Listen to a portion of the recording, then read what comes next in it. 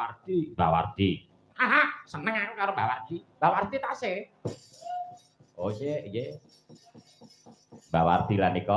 Monggo keparenga minggah wonten ing pepanggungan Mbak Wardi, keparenga ngaturaken suka panglipur lumantaran semantenipun monggo.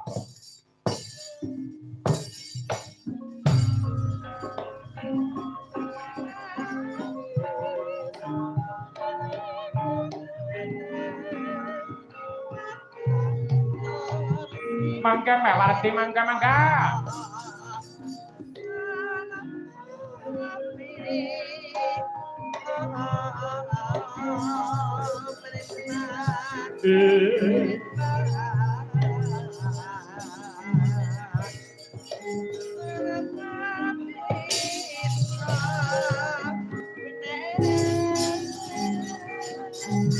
Sayo sing rukun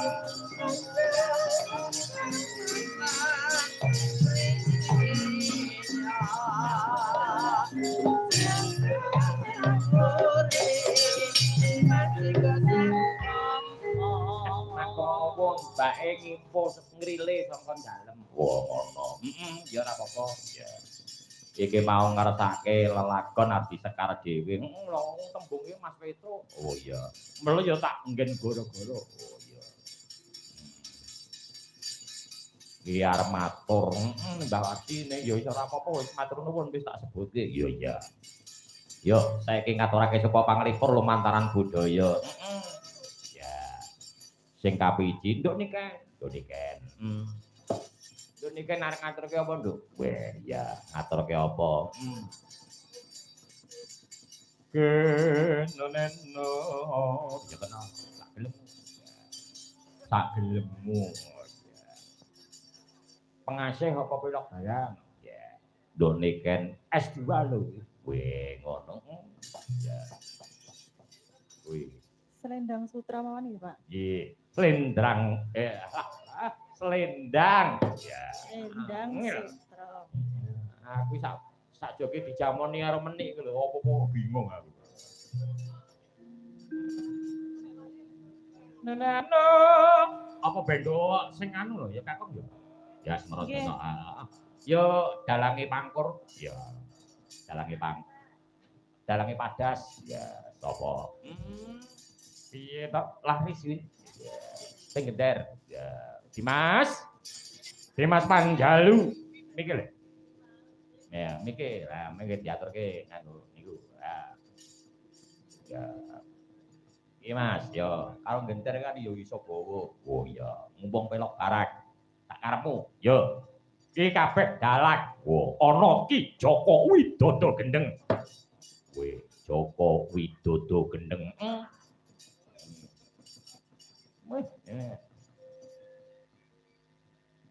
Ana Ki Agung Plenthung. Wah iya, salangane Agung Plenthung. Wis 8. Alhamdulillah. Ya. Alhamdulillah. Ya. Ning dhek ora iso gawe rega sing gawe rega aku. Kudu ngene. Ngono. Wong salang ampuh kok murah kok. Ya. Kok gawe yo standar. Weh, ngono. Ya. Yuk.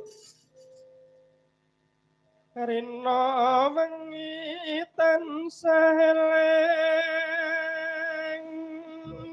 Laris mobil ya Nimas ingkang slendang sutra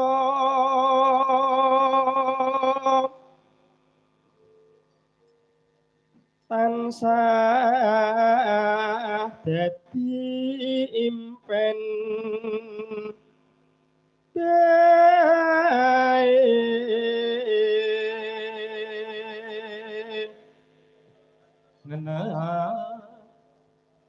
yen wengi kumudu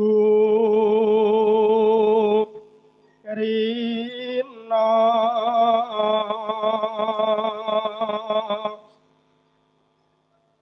yen rina kudu kaya teko